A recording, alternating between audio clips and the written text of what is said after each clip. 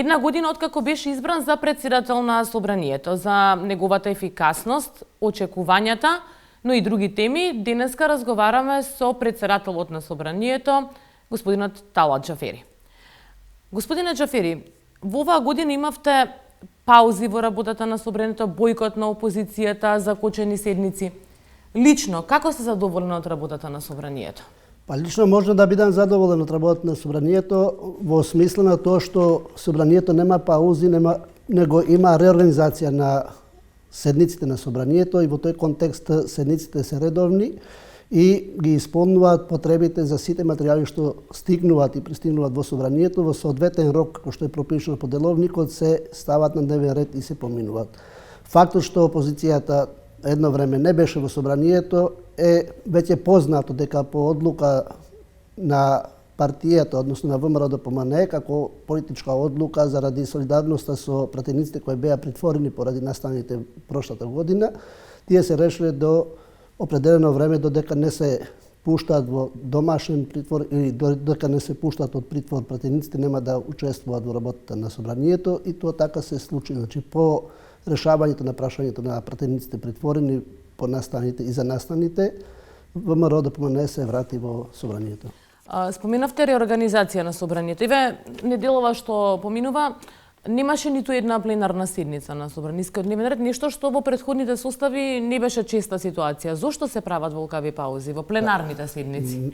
Па ви кажувам, реорганизацијата е во смисла на тоа што материјалите кои што доаѓаат до Собранието, било од владата, било од пратениците, како овластени предлагачи на материјалите, односно на законите, по определен рок кој што е пропишан во деловникот, се собираат и се ставаат на една седница.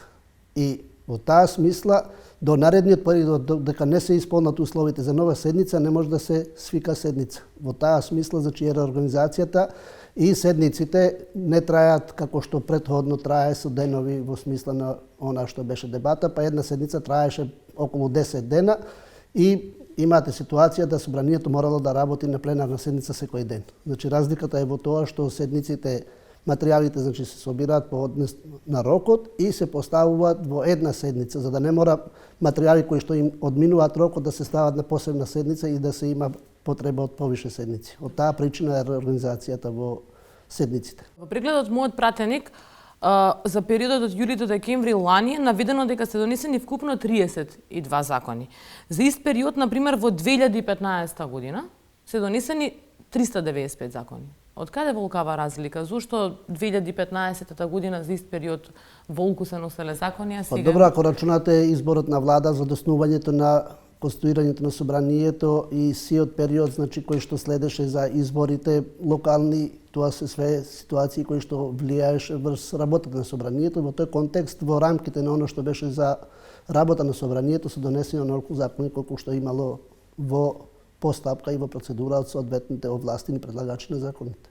Во врска со седницата за законот за јазиците, имаше критики од дел експерти, па и од некои амбасадори во врска со процедурата во која што беше донесен. Зошто мораше да биде донесен во таква процедура? Зошто се одлучивте на таква варијанта? По однос на поставените амандмани, 36.000 нив, работава беше што и во случај да се отвори дебата по однос на амандманите, подразбираше блокирање на Собранието како институција, како таква. Најден во ситуација, во критичниот момент, кога се очекуваше и извештајот на Европската комисија, кога се прават напори за изнаоѓање решение за влез во НАТО. И во таква ситуација да се влезе во една дебата во која што општата слика за Македонија и за парламентот и за институциите воопшто на државата ќе биде дека ние не сме излезени од таа криза која што ја следеше Македонија во претходниот период, беше врз база на деловникот мој избор да одлучам по кој пат ќе одам за да обезбедам Собранието да биде функционално. И затоа се решив на таков начин тоа и да си го поминам.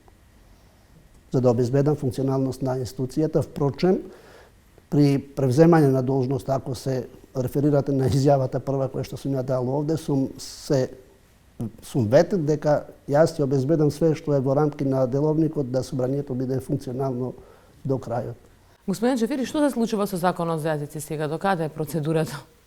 Па добро, закон за јазиците е донесен по втор пат, значи во Собранието. Оно што го знаете сите, значи одлуката на председателот да не го потпише указот спротивно на одредбите од Уставот, значи од член 75 став 3, е доведено во ситуација дека законот стои како таков, но имајќи предвид дека нема рокови по однос на објавување на законот, јас сметам дека во соодветно време кога ќе проценам дека треба да се прати и да се препрати законот до службен весник за објавување, ќе се објави и потоа да можат другите надлежни институции да се произнесат по однос на текстот од законот, односно по однос на оние укажувања и дилеми кои што во јавноста се искажаа по однос на законот. Кога би било тоа соодветно време? Во секој случај тоа е време кога ќе проценам јас према ситуацијата општо. Има гласини дека ДУИ калкулира практично со законот за јазици, дека игра топло-ладно за во случај на предвремени парламентарни избори кои што се во игра со председателски,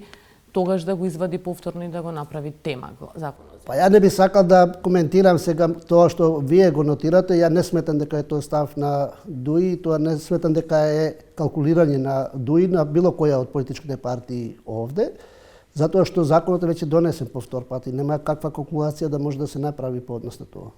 Што ќе се случува со средбата најавена во процесот Жан Моне, што ќе се одржи во Охрид, што конкретно се очекува да и произлезе од таа средба? Па ние претходно работевме на делот измените и дополнувањата на деловникот за работа на собранието по оние точки кои што се покажаа како критични во смисла на функционалноста на собранието и во тој контекст работните групи кои што работеа во собранието, вклучувајќи и припадници на опозицијата, со поддршка на експертите од Европска Унија кои што ни ги доделија како испомош. Мислам дека дебатата се води по однос на измените на деловникот за работа на собранието. Знаете дека во собранието нема етички кодекс за однесување на пратениците и еден од деловите за работа во процесот Жан Моне ќе биде и текстот, драфтот текст кој што е подготвен за етички кодекс на однесување на пратениците и во тој контекст е дадена можност да се отворат и други теми по однос на работата и функционирањето на собранието, поготово по делот на осамостојувањето на собранието по неколку елементи кои што треба да се осамостали. Како председател на собранието, може ли да одвоите што сметате дека е клучно да се направи како реформа во работата на собранието? Па првично треба да се прецизираат нормите во делот кои што се злоупотребија во претходниот период. Значи да се прецизираат нормите по однос на конститутивната седница, по однос на многу нешта кои што се случија како злоупотреба на двосмисленоста на нормите во деловникот. Второ е што треба во наредниот период да се направи обид да се буџетски, значи осамостали собранието од зависноста од владата, односно од извршната власт и во делот на осамостојувањето на собранието да се окружи собранието да си биде собрание самостојно во сите елементи на оно што го чинат собранието. Господине Џафери, според функцијата вие сте практично трет човек во државата. Какви се вашите очекувања? Ќе успее ли Македонија да добие покана за НАТО и да добие датум за почеток на преговорите ова лето? По однос на Европска Унија, јас очекувам да се добива датум за почеток на предпристапните преговори. По однос на НАТО, мислам дека на добар пат се разговорите по однос на изнаоѓање соодветно решение прифатливо за двете страни, значи за Македонија и Грција, и со тоа да се надмине и последната пречка по однос на членство во НАТО. Во принцип сум оптимиста, но во секој случај сум предпазлив по однос на прашањето, имајќи предвид тежината и компликацијата која може да се создаде по однос на разговорите што се одвиваат, но очекувам по оно што се одвива и како се одвиваат разговорите, се надевам дека ќе има успешен крај и тие преговори за да се може да се отвори конечно вратата кон НАТО. Ино прашање по однос на партијата од која што доаѓате. Летово треба да има, годинава треба да има изборен конгрес на ДУИ. Истекува мандатот на председателот на партијата Али Ахмети. Повторно постаат гласини дека можно е тој да се повлече од председателската функција. Какво е вашето мислење во однос на овие партиски случувања? Во принцип, од почетокот сум кажал дека партиските надлежности нема да ги коментирам од причина што и по функција, значи членувањето во органите на партијата ми мирува и во тој контекст за сите тие прашања ќе се обратите до партиските органи. Сметате дека сега собранието е побезбедно од оној 27 април лани кога се случи најголемиот инцидент внатре? Секако да. Господине Џафири, ви благодарам на одвоеното време. Благодарам и вам.